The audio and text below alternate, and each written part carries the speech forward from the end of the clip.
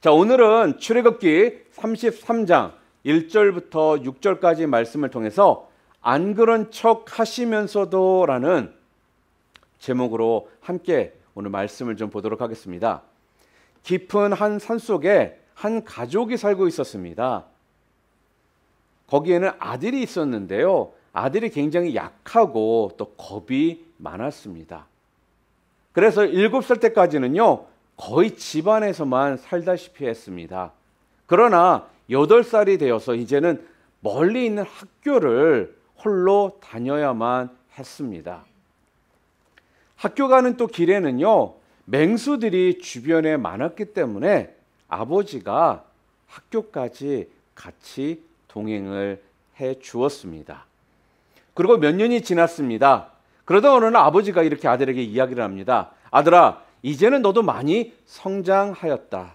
그러니 내일부터는 너 혼자 학교에 가거라. 그리고 이튿날부터 아들은 혼자 학교를 다녔습니다. 어느 날이었습니다. 혼자 학교를 가고 있는데 곰이 나타나 갑자기 이 아들을 덮치는 것이었습니다. 아들은요, 기겁하며 도망을 치다가요, 넘어져 쓰러졌습니다. 곰이 그 아들을 덮치려는 순간 갑자기 총성이 울렸습니다. 곰은요, 쓰러졌습니다. 정말 아슬아슬한 순간이었습니다. 아들이 기절하였다가 깨어서 눈을 떠보니 아버지가 총을 들고 옆에 서 있었습니다. 아버지는요, 아들을 붙들어 일으키며 이렇게 말을 합니다. 아들아, 나는 내 곁에 항상 이렇게 있었단다. 이것이요, 오늘 하나님의 이야기입니다. 하나님께서는요, 안 그런 척 하시면서도요, 항상 우리 곁에 계십니다. 사랑하면서도요, 모르는 척 하셨던 하나님의 그 심정이요, 바로 오늘 이 본문에 나와 있습니다. 이스라엘 백성들은요, 여러분이 아시는 것처럼 애굽에서 400년 동안 종살이를 하며 살았습니다. 바로 왕은요, 날이 갈수록 더 이스라엘 백성들을요, 학대하기를 시작합니다. 그리고 처음에는 재료를 주고 벽돌을 찍으라고 하더니 이제는 재료도 주지 않고 재료도 너희들이 직접 구해서 똑같은 양의 벽돌을 찍으라며 그들을 윽박지릅니다. 이스라엘 백성들은요, 견디다 못하여서 하나님께 울부짖으며 살려달라라고 기도를 하였습니다. 하나님은요, 우주 역사상 한 번도 없었던 그 10가지의 재앙 기적을 이스라엘 백성들을 위해서 주셨습니다. 온물이요, 피로 변하는 재앙, 또한 메뚜기가 온 세상을 덮는 재앙, 온 세상이 3일 동안 캄캄해지는 재앙 등 엄청난 기적을 이스라엘 백성들을요, 애굽에서 구원하시고자 주셨다라는 것입니다. 그런데요, 여러분, 그런데 광야에 나오자마자요, 이 이스라엘 백성들은요, 하나님께서 10가지의 재앙을 통해 그 기적을 보여주심을 통해 애굽에서 구원해 주신 것을 잊어버리고 하나님을 배반하고 또한 금송아지를 만들어 놓고 그 금송아지를 향해 절을 합니다. 이때 하나님께서는 그들의 그 모습을 보고요, 노하셨습니다. 그래서 오늘 말씀이, 바로 오늘 나와 있는 이 본문의 말씀이 바로 하나님께서 그들을 향해 하셨던 말씀입니다. 하나님께서요, 이렇게 말씀을 하십니다. 오늘 본문 1절부터 3절 말씀입니다. 너는 내가 애굽 땅에서 인도하여 낸 백성과 함께 여기를 떠나서 내가 아브라함과 이삭과 야곱에게 맹세하여 내 자손에게 주기로 한 그 땅으로 올라가라. 내가 사자를 너보다 앞서 보내어 가나안 사람과 아모리 사람과 헷 사람과 브리스 사람과 히비 사람과 여부스 사람을 쫓아내고 너희를 적과 꿀이 흐르는 땅에 이르게 하려니와 나는 너희와 함께 올라가지 아니하리니 너희는 목이 곧은 백성인즉 내가 길에서 진멸할까 염려함이니라 하시니. 그리고 하나님의 두 번째 말씀이 또 나옵니다. 오늘 본문 5절입니다. 우리 함께 읽어볼까요? 이스라엘 자손에게 이르라 너희는 목이 곧은 백성인즉 내가 순식간이라도 너희 가운데에 이르면 너희를 진멸하리니 너희는 장신구를 떼어내라. 그리하면 내가 너희에게 어떻게 할 것인지 정하겠노라 하셨음이라. 이렇게 말씀을 하십니다. 하나님께서는요, 오늘 본문을 보게 되면은 겉으로는 굉장히 지금 단호하게 말씀을 하십니다. 어떻게요? 나는 너희와 함께 올라가지 아니하리니 나는 너희와 함께 올라가지 않겠다. 이렇게 단호하게 지금 말씀을 하시고 있더라는 거예요. 자, 그런데요. 하나님은 속으로는요, 이스라엘 백성들을요, 너무나 사랑하셨습니다. 그러나 겉으로는 지금 보면요, 모른 척 하시는 것처럼 보인다라는 거예요. 안 그런 척 하시는 것처럼 보이더라는 것입니다.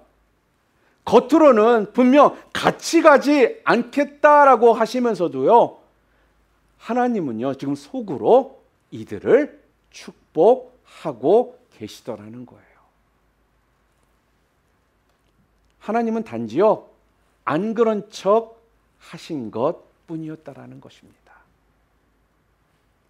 그렇다면 하나님께서 겉으로는 같이 안 가겠다라고 하시면서도 그들에게 주셨던 축복은 무엇일까요?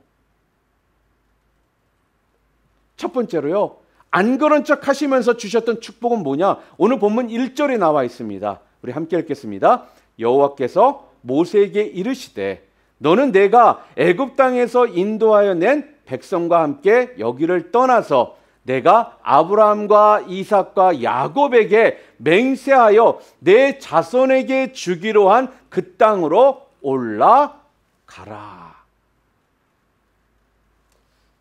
하나님은요, 이스라엘 백성들이 금송아지를 만들고 우상을 숭배했을 때 노하시고 화나시고 이들을 향해 미워하는 마음이 있으셨음에도 불구하고요, 하나님께서는요, 안 그런 척 하시면서도 그들을 사랑하는 것 같이 보이지 않는 것처럼 보였지만 하나님께서는 어떻게 하셨다고요? 주실 것은 주시더라는 거예요. 미워하시면서도요, 우리 하나님은요, 주실 것은 주시겠다라는 그 하나님의 사랑을 우리들에게 보여주셨습니다. 여러분이 잘 아시는 누가복음 15장에는 누구의 이야기가 나올까요? 우리 모두가 잘 아는 탕자의 이야기가 나옵니다. 탕자는요, 아버지께서 시퍼렇게 살아계시는데도 불구하고 자기에게 줄 재산을 미리 달라라고 떼를 썼습니다. 아버지는 이 둘째 아들의 그 성화에 못 이겨서요, 재산을 주고 말았습니다.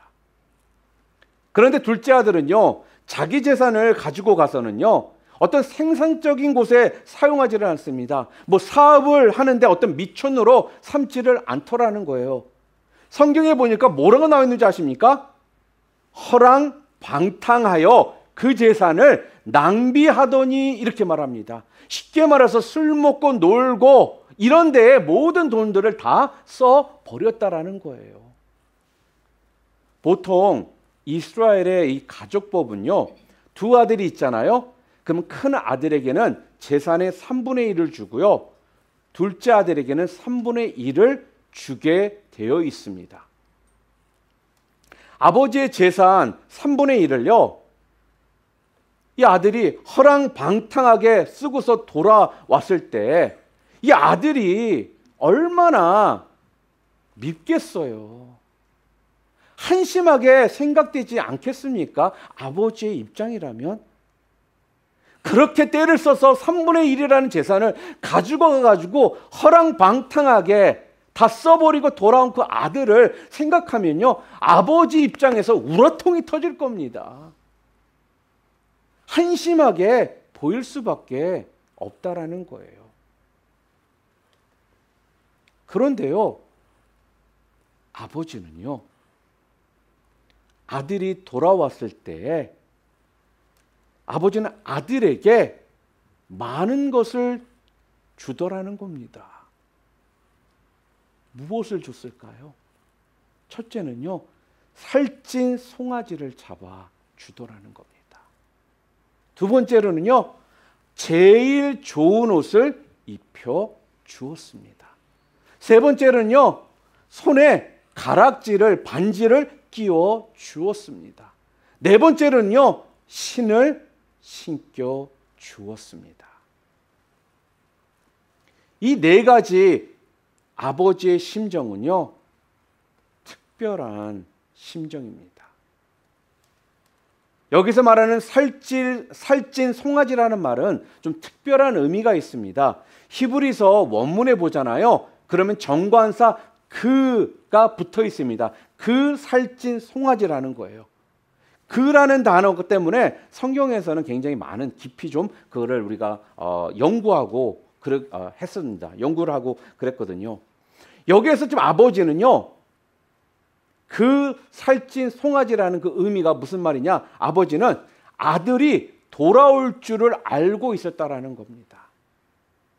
그래서 돌아올 줄 알고 있기 때문에 그 아들을 위해서 송아지를 잡으려고 그 송아지를 잘 기르고 있었다라는 그 증거예요. 두 번째로 제일 좋은 옷을 입혔다라고 했지 않습니까? 무슨 말이냐면요, 이는 아들이 돌아와서요, 잔치를 하는데 가장 좋은 것을 입혀가지고 지금 잔치를 벌렸다라는 것입니다. 제일 좋은 옷을 입혀서 잔치를 벌렸다라는 건요, 이 돌아온 그 아들이 이 잔치의 주인공이라는 것을 의미하는 거예요. 그리고 세 번째로 손에 가락지를 끼웠다라고 그러잖아요. 이는요, 가장 사랑한다라는 표시입니다. 신랑 신부가 결혼식장에서 서로에게 반지를 끼워주잖아요. 이거는요, 최고로 사랑한다라는 그 의미입니다. 그리고 네 번째로 발에 신을 신겨줬다라고 하지 않습니까? 이는요, 이 아들이 종이 아니라 아들이라고 인정하고 용서한다라는 그 의미가 담겨 있습니다. 왜냐하면요, 당시의 종들은요, 신을 신을 수가 없었습니다. 그때 아버지의 심정이요, 바로 우리 하나님의 심정인 것입니다. 밉지만 줄 것은 다 주는 아버지가요, 바로 우리 하나님이십니다. 이스라엘 백성들을 그렇게 사랑하여서 그렇게 놀라운 기적으로 애굽에서 나오게 하였는데, 하나님께 반역을 하고 우상을 섬길 때 하나님께서 충격을 받으셨을 거라는 거예요. 아마 굉장히 그들을 바라보며 미워하는 마음이 있으셨을 거라는 것입니다. 그럼에도 불구하고 그렇게 미워하시면서도요, 하나님께서는 주실 것을 다 주시는 하나님이십니다. 하나님은 우상 숭배를 했던 이 이스라엘 백성들과 같이 가지 않겠다라고 하시면서도요, 오늘 본문에 뭐라고 합니까? 가나안 땅을 주시겠다라고 약속을 하시더라는 거예요. 아브라함과 이삭과 야곱에게 약속했던 그 땅을 주겠다라는 것입니다. 하나님은요, 우리가 하나님의 길에서요, 벗어날 때에, 맞아요, 미워하십니다. 하나님도 속성해 하실 거예요. 그렇지만 미워하시면서도요, 우리를 끝까지 사랑하시는 분이 바로 우리 하나님이십니다. 아멘. 또한 두 번째로요, 하나님께서는 안 그런 척 하시면서도 바로 오늘 본문 2절에 나와 있습니다. 어떤 축복이냐? 함께 읽겠습니다. 내가 사자를 너보다 앞서 보내요. 가나안 사람과 아모리 사람과 헷 사람과 브리스 사람과 히위 사람과 여부스 사람을 쫓아내고, 이렇게 말합니다. 하나님께서는 안 그런 척 하시면서도요, 우리에게 이길 것은 이기게 하신다라는 거예요. 하나님은 이스라엘 백성들이요, 금송아지를 숭배했기 때문에 대단히 노하셨습니다. 그래서 이 금송아지 사건 때문에 무려 3,000명을 하나님께서는 죽게 하셨거든요.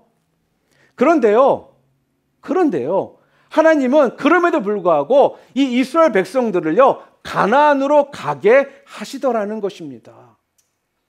가나안에 또 가면요, 6 족속이 지금 이미 그 땅을 점령하고 살고 있어요. 그냥 벼 있는 땅이 아닙니다. 6 족속이 지금 그곳에 점령한 채 살고 있는 땅이었거든요.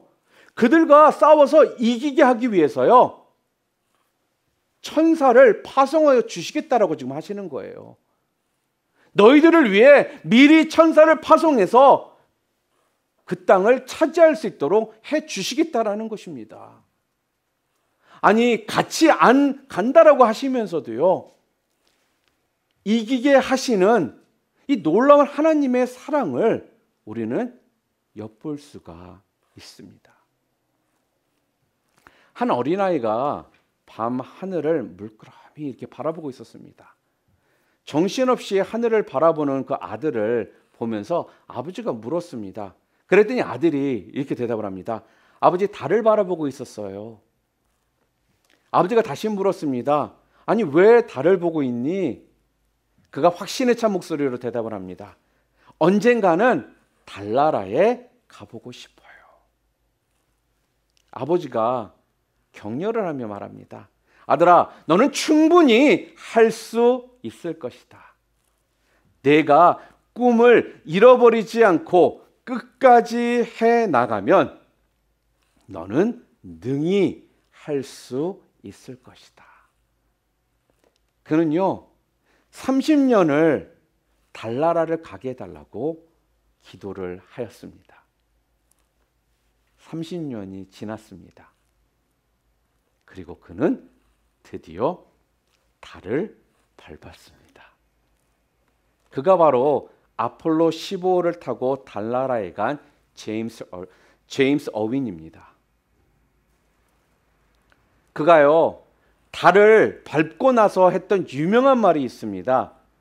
내가 달나라에 도착하자마자 맨 처음 내가 느낀 것은 하나님의 창조하심과 하나님의 영광스러운 임재였습니다. 어윈은요, 30년을 기도를 했습니다. 하나님께서는요, 30년간 침묵을 지키시는 것 같았지만 기어코 이루어 주셨다라는 것입니다. 승리하게 해 주셨습니다. 맞습니다. 때로는 더디고 안 되는 것 같아도요, 하나님은 반드시 할 일을 하시는 분이 우리 하나님이시라는 것입니다. 하나님은 분명 같이 가지 않겠다라고 하시는 것 같았지만 하나님의 속셈은요, 하나님의 백성들로 하여금요, 이기게 하시는 것이었습니다. 사랑 안 하는 것 같지만요, 하나님의 속셈은 사랑이요, 또한 승리였다라는 겁니다. 오늘 본문에 보니까 가나안 땅에는요, 그 들어가면 6 족속이 이미 자리를 잡고 살고 있는 상황인데, 그 상황 가운데 그 안에서 하나님께서는 승리하게 해 주시겠다라는 거예요. 천사를 미리 보내가지고요, 승리할 수 있도록 해 주시겠다라고 약속을 하시고 있다라는 것입니다. 사랑하는 성도 여러분, 그렇기 때문에 하나님의 약속을요, 우리가 믿고요, 비록 우글거리는 적진 속으로 우리가 들어가 싸우잖아요. 그럼 하나님께서는 미리 천사를 동원시켜서요, 여러분과 제가 그 싸움에서 이길 수 있게 하시겠다라는 그 말씀을 우리에게 지금 주고 있는 것입니다. 적진 속으로요, 믿음을 가지고 들어가잖아요. 그 믿음을 가지고 들어가는 자에게는요, 하나님께서요, 그 자에게 승리를 보장해 주시겠다라고 지금 말씀하십니다. 그래서 우리는요, 비록 정말 우글거리는 어떤 문제들이 우리를 좀 괴롭히고 또 어떤 그런 괴롭히는 곳이라 할지라도요, 우리가 용기와 믿음만을 가지고요, 분명히 모험을 하는 이에게는요, 하나님께서 오늘 본문을 통해 축복이 기다리고 있을 것이라는 그 약속을 우리들에게 지금 하고 계십니다. 비록 하나님께서 동행하지 않으시겠다라고 하셨지만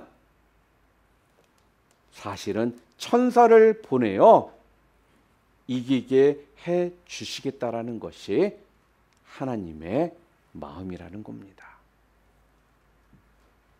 사랑 안 하는 척 하지만 진실은요, 너무너무 하나님은요, 우리를 사랑하십니다. 아멘. 그리고 세 번째로요, 안 그런 척 하시면서도 우리에게 주셨던 세 번째 축복은요, 오늘 본문 5절에 나옵니다. 우리 5절 말씀 함께 보겠습니다. 여호와께서 모세에게 이르시기를 이스라엘 자손에게 이르라. 너희는 목이 곧은 백성인즉 내가 한순간이라도 너희 가운데에 이르면 너희를 진멸하리니 너희는 장신구를 떼어내라. 그리하면 내가 너희에게 어떻게 할 것인지 정하겠노라 하셨습니다. 그래서 이스라엘 백성들은요, 모두 몸에서 장신구를 제하여 버렸습니다. 금 단장이라는 금으로 만든 이 장신구들을 모두 말하는 거거든요. 그러니까 금으로 만들었던 어떤 장신구들, 내 몸에 있는 것들, 이 모든 것을 말하는 거예요. 특별히요, 금 귀걸이가 당시에는 많이 쓰였습니다. 금송아지를 만들 때 사용되었던, 여자들이 가지고 있던 것들이 뭐냐, 바로 금 귀걸이를 말하는 거거든요. 금 귀걸이를 빼가지고 녹여서 금송아지를 만들었다는 것이 출애굽기 32장 2절에 나와 있습니다. 우리 32장 2절을 함께 읽어볼까요? 아론이 그들에게 이르되 너희의 아내와 자녀의 귀에서 금 고리를 빼어 내게로 가져오라. 그러니까요, 금 송아지를요, 금 귀걸이를 통해서 녹여서 만들었다라는 거예요. 그래서 하나님께서는요, 너희들의 금 장신구들을 다 제하여 버리라고 지금 말씀을 하신 겁니다. 지금 하나님은 이스라엘 백성들이요, 금 송아지를 그거를 통해서 만들었기 때문에 굉장히 노하셨고 화가 나셨고 이들을 미워하는 마음이 있으셨거든요. 그런데 금 송아지를 금 단장으로 만들었다라는 것을 분명히 아시기에 하나님께서는 그 죄악의 씨앗을 다 빼버리라는 겁니다. 그러니까 죄를 짓는 데 사용되었던 것들을 다 버리고 회개의 길을 걸어갈 수 있는 그 방법을 지금 알려주시는 것입니다. 오늘 하나님께서는요, 우리에게 우리가 자꾸 죄를 짓게 하는 어떤 금 단장들이 있다라면 그것을요, 지금 다 빼버리라고 지금 요구를 하시는 겁니다. 어느 교인의 간증입니다. 이분은요, 전구를 만드는 회사를 다니셨습니다. 그런데 전구를 만드는 회사를 다니면서 몇 개의 전구를요, 몰래 집에 가지고 갔습니다. 그러니까 그 회사에서 오랫동안 다녔기에 이제는 부지배인이 된 겁니다. 그런데 기도 중에 이 전구 몇 개를 훔쳐간 것이 자꾸 그를 괴롭혔습니다. 마음에 힘듦을 주었습니다. 그래서 회개를 합니다. 그런데요, 진정한 회개에는요, 두 가지가 따릅니다. 고백과 보상입니다. 그는요, 자기가 부지배인인데 이 전구를 훔쳐갔다라고 참 고백하기가 선뜻 마음에 내키지를 않은 거예요. 부지배인 정도 됐는데 전구 2개 훔쳐갔다라는 것을 고백한다라는 것이 쉽지가 않더라는 것입니다. 그런데요, 사장님께 그는 마음을 먹고 돈과 함께 회개의 편지를 보냅니다. 얼마 후에 사장으로부터 답장이 왔습니다. 귀하의 편지와 전구값을 잘 받았습니다. 믿음으로 이렇게 깨끗하게 살려고 하는 귀하에게 진심으로 감사를 드립니다. 주 안에서 뜻깊은 편지를 받고 나는 너무나 기뻤습니다. 그 후 그는요, 사장님의 절대 신뢰를 받는 사람이 되었습니다. 여러분, 이렇게 버릴 것을 버리고 해결할 것을 해결하면요, 하나님의 축복이 있습니다. 금 단장을 제하면 문제가 해결될 것이라고 하나님께서는요, 해답을 가르쳐 주셨습니다.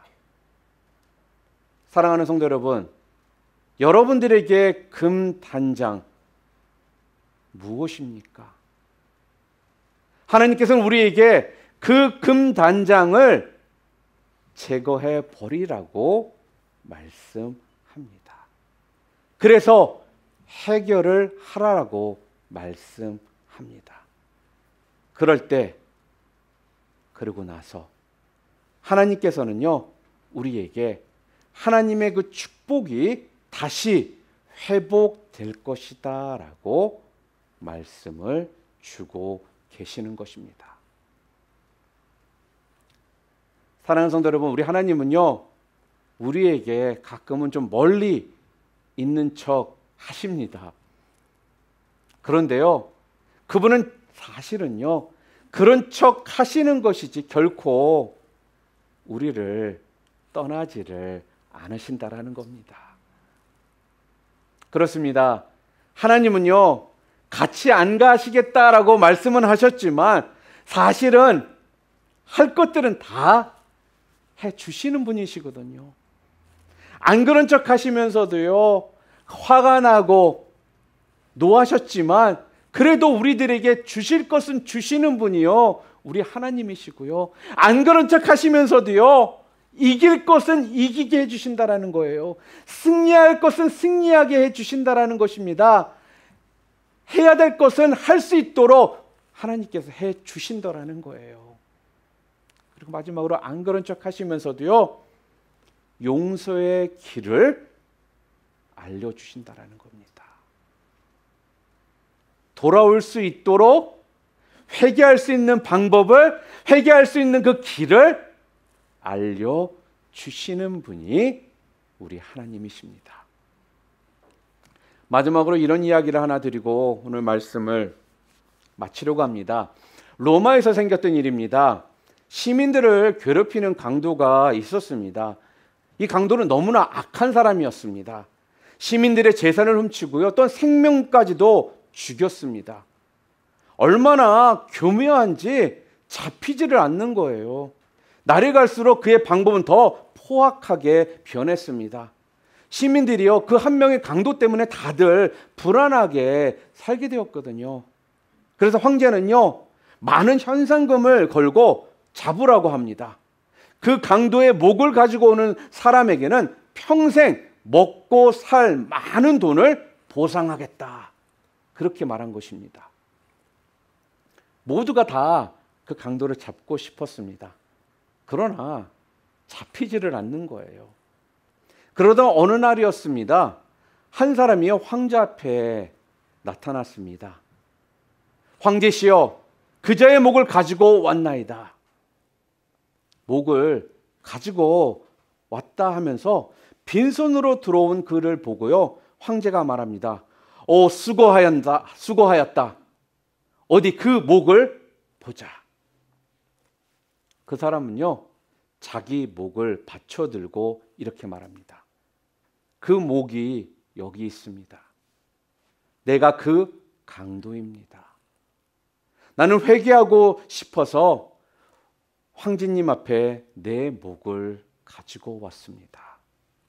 나는 이제 결코 강도 짓을 하지 않겠습니다. 그동안 나는 너무나 괴로웠습니다.